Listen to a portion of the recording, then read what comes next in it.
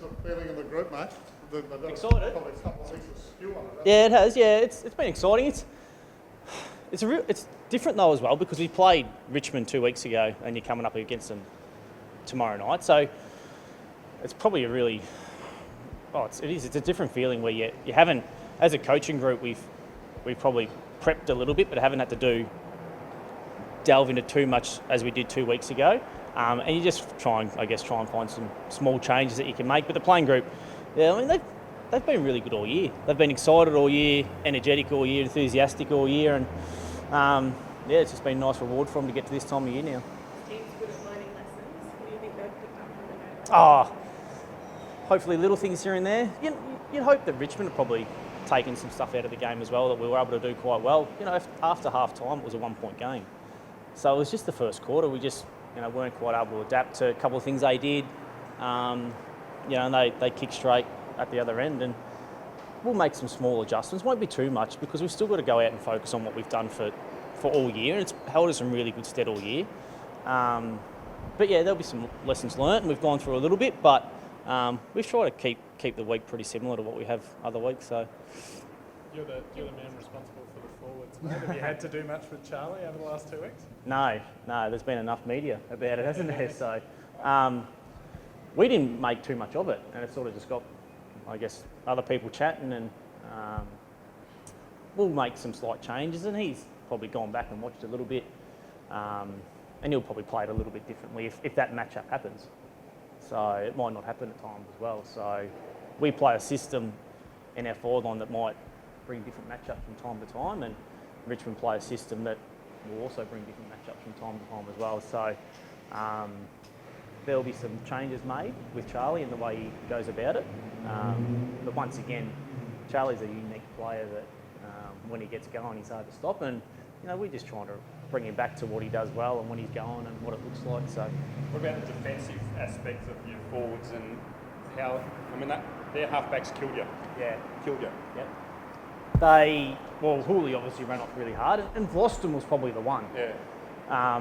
And once again, we were able to change that and stem that from half time, or even probably halfway through the second. So we can't allow that to happen again. We know how important Vlosten is to them, and the way they set up behind the ball especially. So we've got to be important that we try and make him as accountable as possible, and that's all you can do. You've got to try and hold him accountable. But they've played together so long, Richmond. They've got a really set back six and system that they play, and it's probably the first time as a forward line we've probably had to adjust and change some things that we've had to do. And once again, we've gone through, reviewed some stuff, and there'll be some slight changes. But yeah, you're right, we've got to make sure we hold them accountable. What's been the message to your big fellas down there? They got outmarked pretty often. Same as what it has been all year. So it was probably the game, and it wasn't necessarily the big fellas got outmarked. It was just that, we gave him the spare early, and he really influenced that spare did. Whether it was Baker took a couple of mocks as well, which is all marks. And he's not big at all in any shape or form. Vlosten obviously did some damage, and then Grimes and Broad and Asprey as well. But once again, our whole philosophy for our big guys is to compete. Just be able to compete in the air, bring it to ground. If you mark it, you mark it. If you don't, as long as they don't mark it, we're in good shape. And, we just weren't able to quite nullify a lot of their backs in that area as well. How much of a difference does it make playing here? Hopefully a little bit, yeah. So it's nice. Obviously, you see the weather today and then yesterday and that, but it's a night game and it's Saturday night. It'll be nice that we'll probably have, hopefully, over 50% of the crowd in our favour. Either way, it's going to be fantastic to see 37, 38, 39,000 in the Gabba, which we probably haven't seen except for this year, last couple of times games we've had this year. Except for that, it's been 10 years really, hasn't it? So it does make a little bit of a change, but once again, footy oval is a footy oval. So it doesn't matter where you play. For us to be able to go to the MCG and compete, we've got to continue to be able to do that.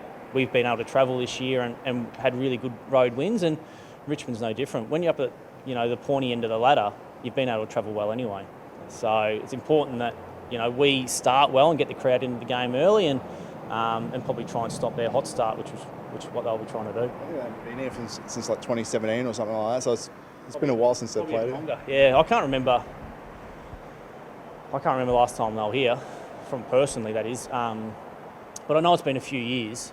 And then before that, they've had very good results when they have travelled here in the past. So once again, we're a different team now. So we've obviously performing a lot better than what we were back then. But once again, travels doesn't make much difference anymore. So if you're outside Victoria and you're playing on the last day of September, if you want to in the grand final, you're travelling. So you're prepared to travel. So everyone prepares to travel. So not much changes. Is there a danger the kids may get a little bit overawed in this pressure cooker? Yet to see. You really yet to see. Once again, we try and keep things pretty similar to what we have from week in, week out.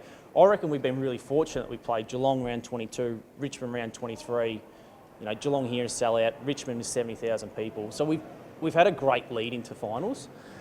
We've got to be real cautious that we try and make it just about what we've done, and not a lot changes besides that. If we start talking about finals and how much changes happen in finals, then we're probably setting them up straight away to worry about the pressure. Where after 5-10 minutes, the game generally settles down a bit, and then we just go play footy again. So you learn to handle pressure situations by experiencing it. And yeah, it is first time for a lot of them, but they also should be pretty excited too.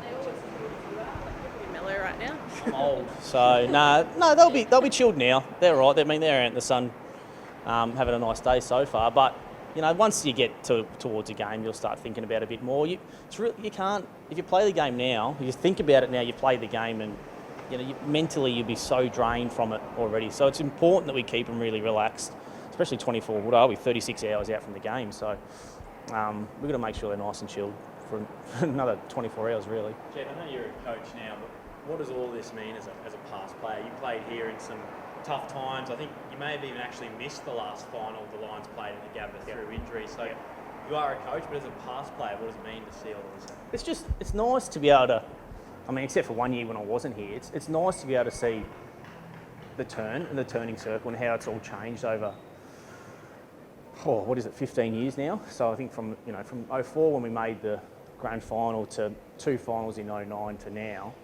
you can really see how much has changed around the club. And I think everyone here, the fans, the media have really been able to see from the outside point of view the state of the club now and what a good place we're in. That comes on the back of winning a little bit, yeah, but also last year you win 5 games, but I think everyone could see how happy people were and content and excited about what we were building. And from an ex-player now coach, it's just nice to be able to see a bit of reward come for a lot of effort. Have you seen, or do you have a message group or anything with past players and the excitement is building in that sort of space? Not really. You see, Brizzy's a pretty small place, so you see a few ex-players from time to time come around. And I think it's the same as what I've just said, they've just been able to see the belief from the outside and see the wheels turn, and slowly we've been able to change a few things and get things right. I don't reckon this has been a build-up of 3 years though. I reckon it has been a process of 15 years almost, even 10 years if you want to go back to the last final. But it takes time sometimes, and sometimes you've got to ride the rocky road to get all the way through back and do the full circle and understand, just hang on, we didn't quite get this right, but let's change a couple more things and it can get right. So you learn from your mistakes and things that don't quite work out well. And you run into some old players here and there, and they're excited just as we are. But finals is a small portion of what you've actually got to achieve when you're still another 4 weeks away, really, if you want the ultimate goal. What about your old teammate Daniel Rich, who was part of that 09 series? He's getting another crack at finals. Yeah, He must be happy for him. Yeah, he's lucky, isn't he? So they're actually pretty hard to come by finals. So I know Hodgie's probably playing his 30th or something like that now, but they're pretty hard to come by.